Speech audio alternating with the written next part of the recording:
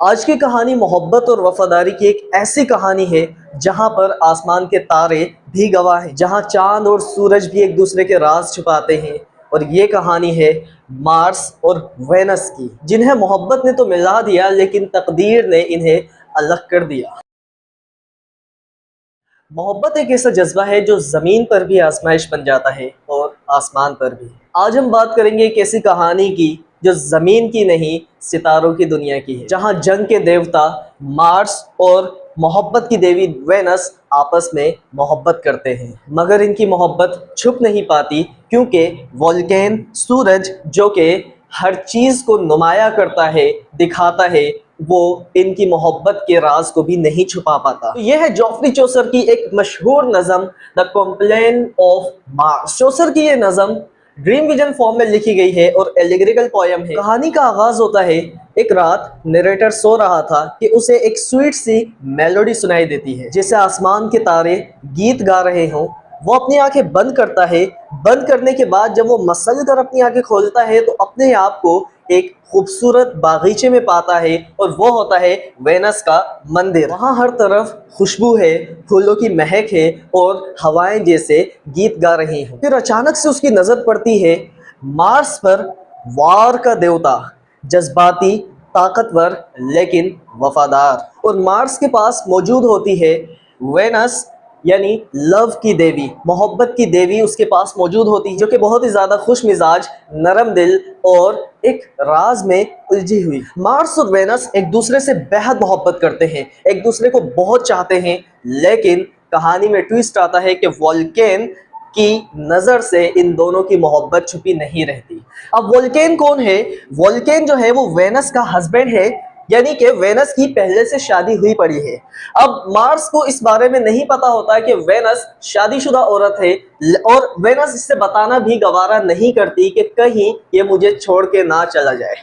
वोल्केन जो है वो jealousy, revenge, consequence of betrayal, the god of fire है, यानी कि ये आग का एक ऐसा सितारा है जिसे हम सूरज के नाम से भी जानते हैं।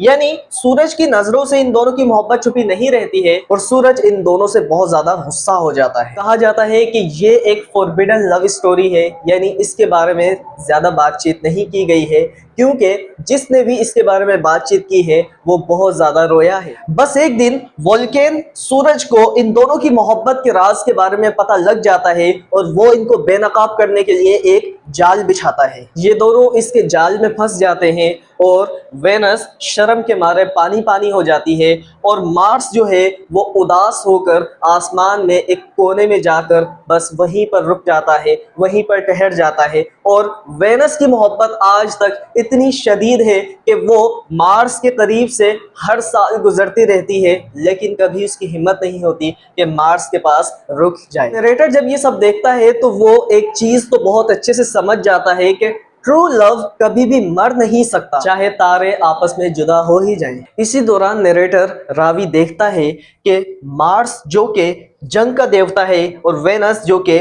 मोहब्बत की देवी है, एक दूसरे के साथ खड़े हुए हैं और एक दूसरे की आंखों में खोए हुए हैं। इनकी मोहब्बत खालिस है लेकिन छुपी हुई है, सीक्रेट लव के तौर पे, यानी ये एक मनाशुदा मोहब्बत है, फॉरबिडन लव स्टोरी। इस मोहब्बत को छुपाना बेहद जरूरी था, लेकिन मोहब्बत कब छुपती है? वोल्केन सूरज जो है वो एक ऐसा जादुई जाल इनके खिलाफ बुनता है जिसमें ये दोनों फंस के रह जाते हैं और इनकी मोहब्बत बेनकाब हो जाती है। वेनस जो होती है वो शर्मिंदगी के बाइस एक कोने में छुप जाती है, और मार्स जो होता है वो इतना ज्यादा दुख उठाता है, इतना उसको तकलीफ होती है इस चीज को जानकर के वेनस ने मुझसे इतनी बड़ी बात छुपाई कि वोल्केन इसका शौहर है, ये पहले से शादीशुदा है। क्योंकि वोल्केन जो है वो आतिश का देवता है, ठीक है, ये यानी कि सूरज ही हम इसे कह सकते हैं, आतिश का देवता है, ये आग का एक गोला है। वोल्केन जो है वो इतना ज्यादा मार्स पर गुस्सा होता है और इतना ही ये वेनस से भी खफा होता है कि इसने इसके साथ धोखाधड़ी की है। मार्स जो है वो इतना ज्यादा तकलीफ में होता है कि एक कोने में जाकर आसमान में टिक जाता है। वोल्केन उसी वक्त तमाम देवताओं को जमा करता है, इकट्ठा करता है और इन दोनों का फैसला करवाता है। फैसला यही होता है कि इन दोनों को सजा ये दी जाए कि इनको अलहदा कर दिया जाए, और फिर मार्स जो है उसे कभी भी वेनस से ना मिलने दिया जाए। बस उसी वक्त मार्स के दिल से एक कंप्लेन निकलती है, एक फरियाद, एक नज़म, जिसमें वो कहता है कि मोहब्बत तो मैंने सच्ची की थी लेकिन मोहब्बत का अंजाम धोखा निकला। तो ये नज़म सिर्फ एक खुफिया इश्क की कहानी नहीं है, ये एक सिंबॉलिक मैसेज है कि मोहब्बत में वफादारी सबसे बड़ा इम्तहान होता है और जब मोहब्बत सच ना रहे तो जन्नत भी सजा बन जाती है। यहाँ पर मार्स इंसान के जज्बात की अलामत है और वेनस ख्वाहिशात और खूबसूरती की अलामत है कि किस तरह औरत कभी कभार बहुत ज्यादा खूबसूरती पसंद और ताकत पसंद हो जाती है कि उसे एक ताकतवर मर्द चाहिए होता है या फिर उसे खूबसूरत मर्द चाहिए होता है, जिसकी वजह से औरत धोखाधड़ी का शिकार हो जाती है और इंसान के जज्बात को ठेस पहुंचा देती है। और वोल्केन यहाँ पर अलामत है हसद की, गुस्से की और दूसरे लोगों की मोहब्बत को जुदा करने की। और ये कहानी हमें सिखाती है कि ये तमाम जितने भी कैरेक्टर्स हैं, ये जितने भी सिंबॉलिक मैसेजेस हमें दिए गए हैं एलिगोरिकल पोयम के जरिए, ये यही है कि इंसान के अंदर ये तमाम चीजें, क्वालिटीज, वीकनेसेस, स्ट्रेंथ मौजूद होती है। एक ही इंसान कभी कभार वफादार होता है, कभी कभार गद्दार होता है और कभी कभार दूसरों की मोहब्बत को अलहदा करवाने वाला भी बन जाता है। यानी इन अ नटशेल अगर मैं बात करूं तो मोहब्बत और जंग इंसान के अपने अंदर ही होती है। सो डियर लिटरेचर रीडर्स, मेरे प्यारे प्यारे स्टूडेंट्स जो हैं, जो लिटरेचर पढ़ रहे हैं, उनके लिए मैंने यहाँ पर इसकी थीम भी लिखी है और यहाँ इसका मैसेज यानी पूरी कहानी का एक मैंने इन अ नटशेल यहाँ पर लिख दिया है। देखिए, सबसे पहले थीम के ऊपर हम आ जाते हैं। थीम क्या है? फॉरबिडन लव है, ठीक है। मजीद क्या? Conflict between love and duty, betrayal and separation, eternal emotion. Narrator enters Venus temple, narrator जो है वो वेनस के टेंपल में दाखिल होता है। मार्स जो कि वार का देवता है और वेनस जो कि मोहब्बत की देवी है, इन दोनों का लव अफेयर यहाँ दिखाया गया। सन डिस्कवर्स देयर सीक्रेट, सन वोल्केन जो है वो इन दोनों की मोहब्बत का जो सीक्रेट है, राज है, उसको पकड़ लेता है, उसको देख लेता है। सेपरेशन हो जाती है इन दोनों लवर्स के आपस में। और ट्रू लव इज इटर्नल, और इसका आखिरी मैसेज यही है कि मार्स ने और वेनस ने मोहब्बत तो की थी, लेकिन मसला यही था कि वेनस ने छुपाया कि वोल्केन से इसकी शादी हुई पड़ी है और वोल्केन ने देवताओं को जमा करके इन दोनों को सेपरेट करवा दिया, इन दोनों की मोहब्बत जुदा करवा दी, ठीक है। तो यहाँ पर मैसेज ये कि ट्रू लव जो होता है ना, वो इटर्नल होता है, वो हमेशा का होता है। ऐसा नहीं है कि अगर आप जुदा हो गए तो मोहब्बत खत्म हो गई। तो इसका मैसेज और मोरल देखें यही आएगा कि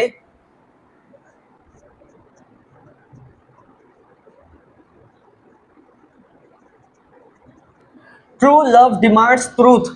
सच्चा प्यार जो है ना, वो सच्चाई को ही कबूल करता है। उसकी डिमांड होती है कि हमेशा सच कहा जाए। अगर आप किसी से सच में वाकई मोहब्बत करते हैं, किसी को चाहते हैं और आगे उसके साथ अपना फ्यूचर देखते हैं, तो उससे हमेशा सच्चा रहिएगा, उससे हमेशा सच कहिएगा। उससे कुछ भी छुपाने की जरूरत आपको नहीं है। बिकॉज अगर आप छुपाते हैं और बाद में कोई कहानी आपके सामने आती है खुल के, तो दोनों की मोहब्बत जैसे मार्स और वेनस की जुदा हुई, सेपरेट हुई, बेट्रायल हुआ, ऐसे ही आपकी भी मोहब्बत आपसे जुदा हो सकती है। तो dear students and viewers and my listeners, the complain of Mars Geoffrey Chaucer की हमें यही सिखाती है कि अगर मोहब्बत सच्ची हो तो इंसान को बुलंद कर देती है, लेकिन अगर उसमें झूठ और खुदगर्जी आ जाए तो वही मोहब्बत इंसान को तोड़ देती है। ये नज़म चौसर की इस सलाहियत को जाहिर करती है कि चौसर ना सिर्फ मोहब्बत को समझता है और इश्क को बयान करता है, बल्कि उसके दुख, उसके गुनाह और उसके अंजाम को भी बहुत अच्छे से समझता है। So I hope all of my listeners and my students of literature, linguistics and grammar,